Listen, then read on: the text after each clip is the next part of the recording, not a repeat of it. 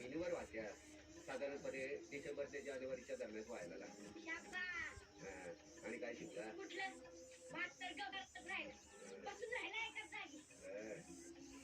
हे खायला घाला तुमच्या कल्याणीला एकदम गपगार होईल.